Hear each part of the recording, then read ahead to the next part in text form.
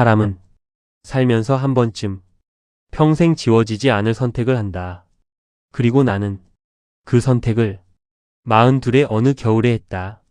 그날 나는 부모님을 버렸다. 눈이 천천히 내리고 있었다. 나는 요양원 주차장에 차를 세웠다. 차 안에는 어머니와 아버지가 앉아 있었다. 어머니는 창밖을 바라보고 있었고 아버지는 아무 말도 하지 않았다. 차 안에는 이상할 정도로 조용한 공기가 흐르고 있었다. 나는 핸들을 잡은 손에 힘이 들어가 있었다. 요양원 건물은 회색이었다. 높지도 않았고 특별히 낡지도 않았지만 왠지 모르게 차가운 느낌이 들었다. 나는 차에서 내렸다. 그리고 조수석 문을 열었다. 어머니는 나를 바라봤다. 눈이 조금 젖어 있었다. 여기 잠깐 계시면 됩니다. 나는 그 말을 하면서도 내 목소리가 낯설게 느껴졌다. 어머니는 아무 말도 하지 않았다. 그저 천천히 고개를 끄덕였다. 아버지도 말이 없었다. 아버지는 평생 말이 적은 사람이었다. 내가 어릴 때도 아버지는 항상 조용했다. 술을 마시는 사람도 아니었고 화를 내는 사람도 아니었다. 그저 묵묵히 일하는 사람이었다. 하지만 그날 아버지는 처음으로 나를 오래 바라봤다. 그 눈빛을 나는 지금도 기억한다. 그 눈빛에는 많은 말이 들어 있었지만 아버지는 끝내 아무 말도 하지 않았다. 요양원 직원이 문 앞에서 우리를 맞았다. 어르신 오셨네요. 나는 서류를 건넸다. 직원은 익숙한 표정으로 고개를 끄덕였다. 그 표정을 보는 순간 내 마음이 조금 불편해졌다. 아마도 이곳에 오는 사람들이 대부분 비슷한 상황이기 때문일 것이다. 부모를 모시고 오는 자식들, 그리고 조용히 돌아가는 자식들. 나는 그 사람들 중 하나였다. 직원이 부모님을 안으로 안내했다. 어머니는 천천히 걸었다. 아버지는 지팡이를 짚고 있었다. 나는 그 뒤를 따라 걸었다. 복도는 조용했다. 어딘가에서 텔레비전 소리가 들렸다. 그리고 멀리서 어떤 노인의 기침 소리가 들렸다.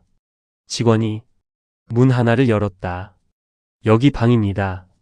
작은 방이었다. 침대 2개, 작은 창문, 그리고 작은 서랍장 하나. 어머니는 방 안을 천천히 바라봤다. 아버지도 말없이 서 있었다. 나는 괜히 시계를 봤다. 시간이 빨리 지나가기를 바랐다. 직원이 말했다. 아드님은 이제 가셔도 됩니다. 나는 고개를 끄덕였다. 그리고 부모님을 바라봤다. 제가 자주 올게요. 그 말은 내가 듣기에도 거짓말 같았다. 어머니는 작게 웃었다.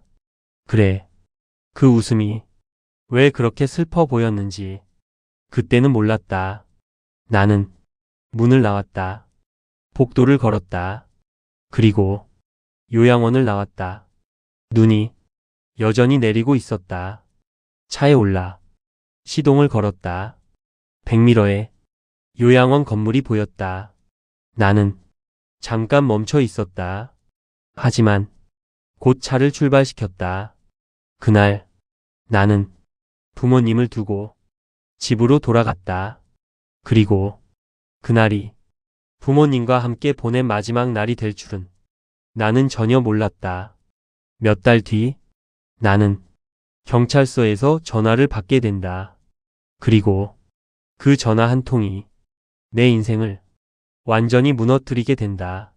내가 부모님을 요양원에 모신 뒤 시간은 생각보다 빠르게 흘러갔다. 처음 한 달은 그래도 몇 번 전화를 했다. 어머니 잘 계세요? 어머니는 항상 같은 말을 했다. 그래, 우리는 괜찮다. 그리고 항상 마지막에 같은 말을 덧붙였다. 바쁘지? 몸 조심해라. 나는 그 말을 들을 때마다 조금 마음이 편해졌다. 부모님이 괜찮다고 말해주면 내 선택이 틀리지 않은 것처럼 느껴졌기 때문이다. 하지만 사실은 나는 한 번도 요양원에 다시 가지 않았다. 회사 일이 바쁘다는 이유였다. 나는 작은 건설 회사를 운영하고 있었고 사업은 점점 커지고 있었다. 새로운 계약, 새로운 현장, 새로운 사람들. 내 하루는 정신없이 지나갔다. 그러다 보니 부모님 생각은 점점 멀어졌다. 전화도 점점 줄어들었다. 2달이 지나자 나는 거의 전화하지 않았다. 그동안 요양원에서는 다른 시간이 흐르고 있었다. 아버지는 매일 같은 시간에 일어났다. 새벽 5시, 평생 그 시간에 일어나 일하러 나가던 습관 때문이었다. 요양원에서도 그 습관은 변하지 않았다. 아버지는 조용히 일어나 창문 옆 의자에 앉았다. 그리고 밖을 바라봤다. 요양원 창문 밖에는 작은 정원이 있었다. 낮은 나무 몇 그루와 벤치 하나. 아침이면 참새들이 모여들었다. 아버지는 그 새들을 오랫동안 바라봤다. 말없이. 어머니는 그 모습을 알고 있었다. 여보, 어느 날 어머니가 말했다. 성호 전화 왔어? 아버지는 잠시 창밖을 보다가 천천히 고개를 저었다. 어머니는 아무 말도 하지 않았다. 그저 작게 웃었다. 바쁜가 보네. 어머니는 항상 그렇게 말했다. 바쁜가 보네. 그 말은 자식에게 부담을 주지 않으려는 부모의 방식이었다. 어느 날 요양원 직원이 아버지에게 물었다. 어르신 산책 나가실래요? 아버지는 잠시 생각하다가 고개를 끄덕였다. 직원과 함께 정원으로 나갔다. 벤치에 앉았다. 하늘이 맑았다. 직원이 물었다. 아드님은 자주 오세요? 아버지는 잠시 하늘을 바라봤다. 그리고 조용히 말했다. 바쁘다. 그 한마디였다. 직원은 더 묻지 않았다. 아버지는 다시 하늘을 바라봤다. 그리고 아주 작은 목소리로 말했다. 잘 돼야지.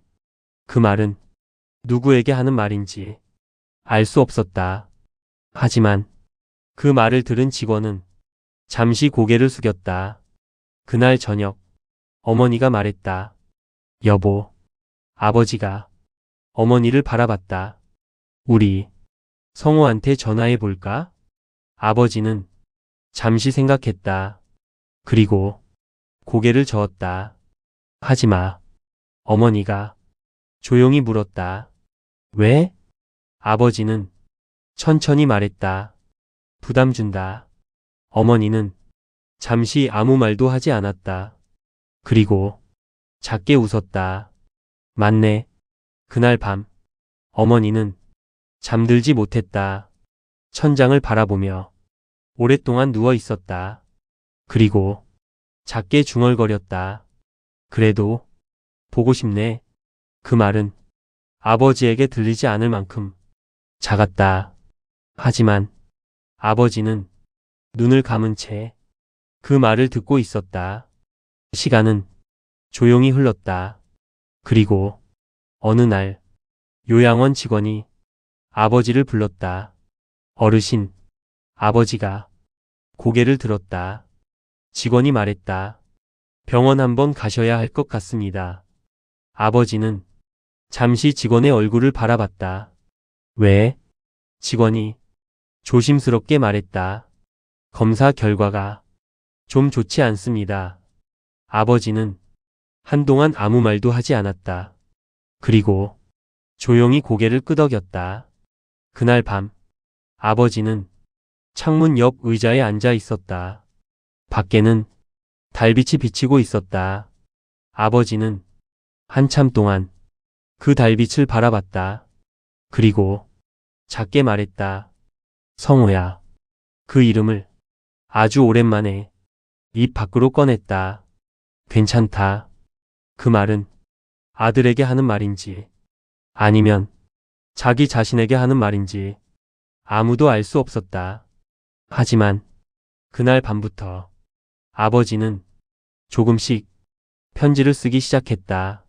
그리고 그 편지는 나중에 내 인생을 완전히 무너뜨리게 된다. 요양원에서 병원으로 가는 차 안은 조용했다. 아버지는 창밖을 바라보고 있었다. 겨울이 거의 끝나가고 있었다. 거리에는 조금씩 봄빛이 보이고 있었다. 하지만 아버지의 얼굴에는 아무 표정도 없었다. 병원에 도착하자 의사가 검사 결과를 설명했다.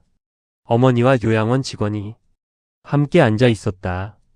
의사는 조심스럽게 말을 꺼냈다. 어르신 몸 상태가 좋지 않습니다.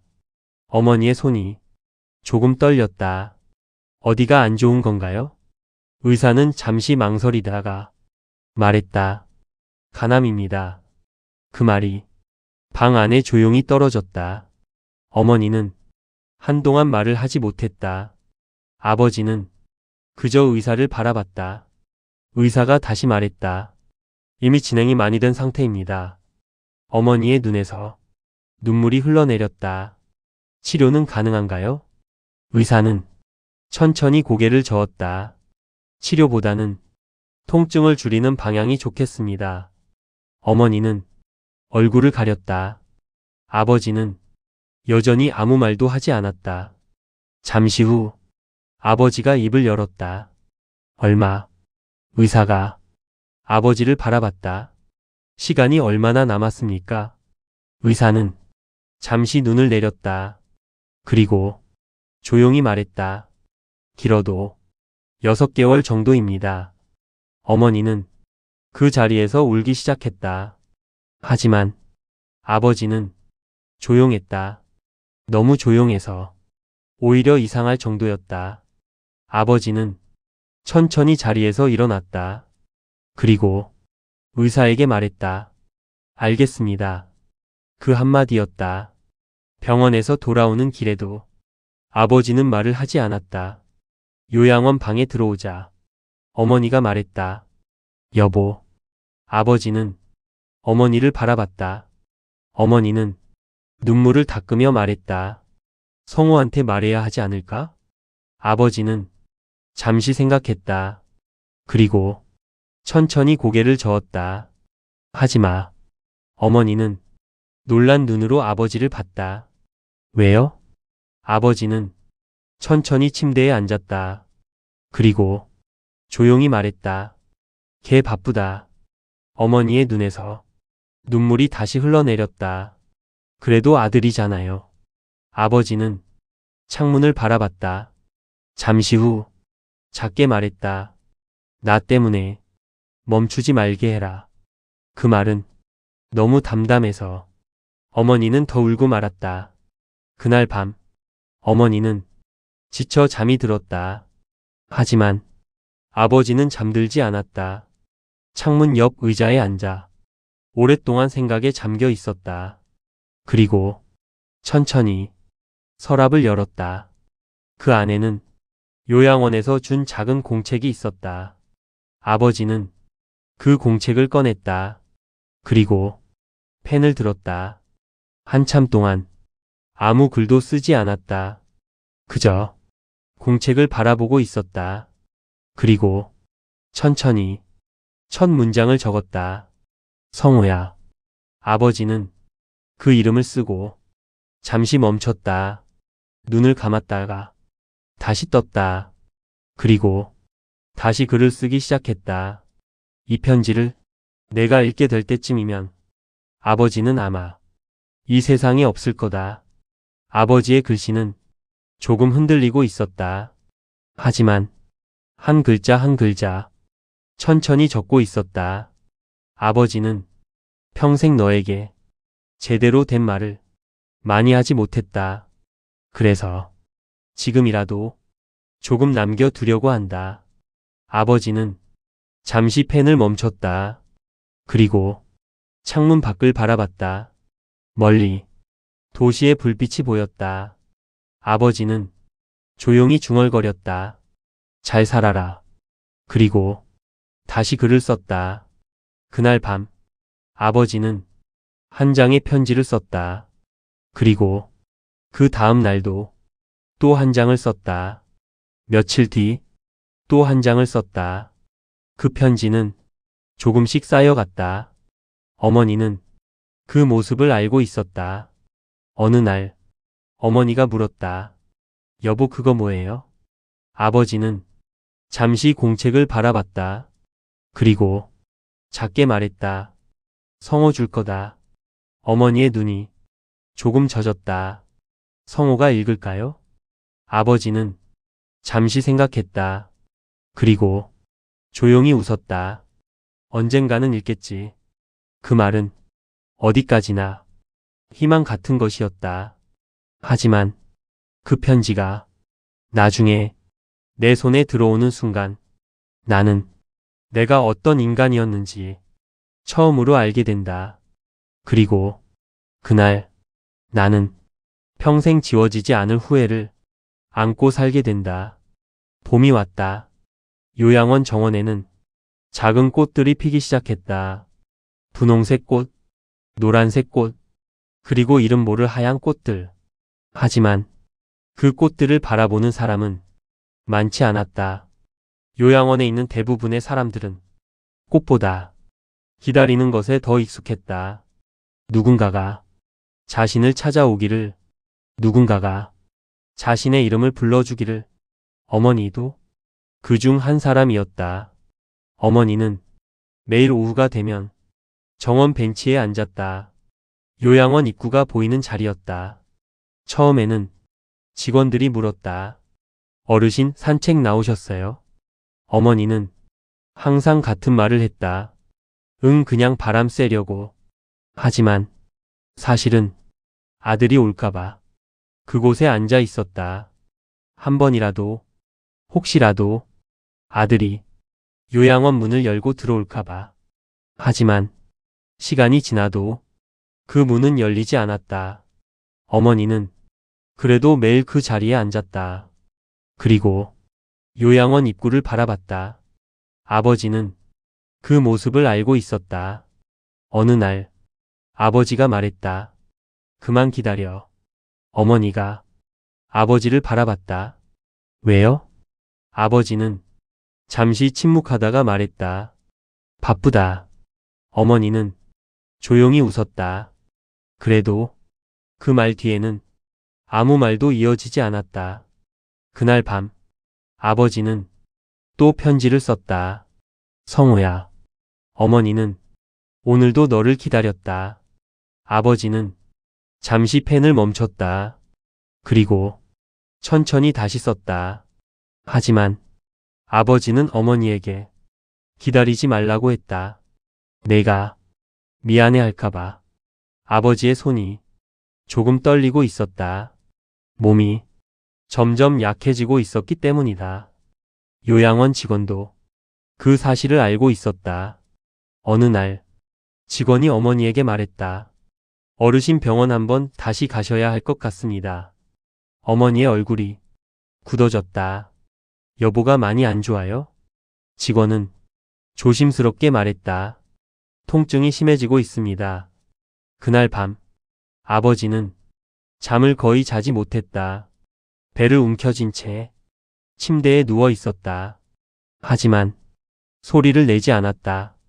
어머니가 깰까봐. 아버지는 이를 악물고 통증을 참았다. 새벽이 되자 아버지는 다시 일어나 창문 옆에 앉았다. 그리고 천천히 숨을 내쉬었다. 밖에는 아침 햇빛이 비치고 있었다. 아버지는 작게 중얼거렸다. 조금만 더. 그 말은 누구에게 하는 말인지 알 수 없었다.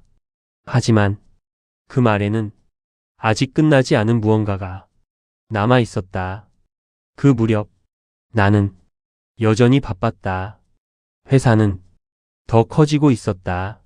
새로운 사업이 시작됐고 돈도 점점 늘어나고 있었다. 나는 거의 집에 들어가지 않았다.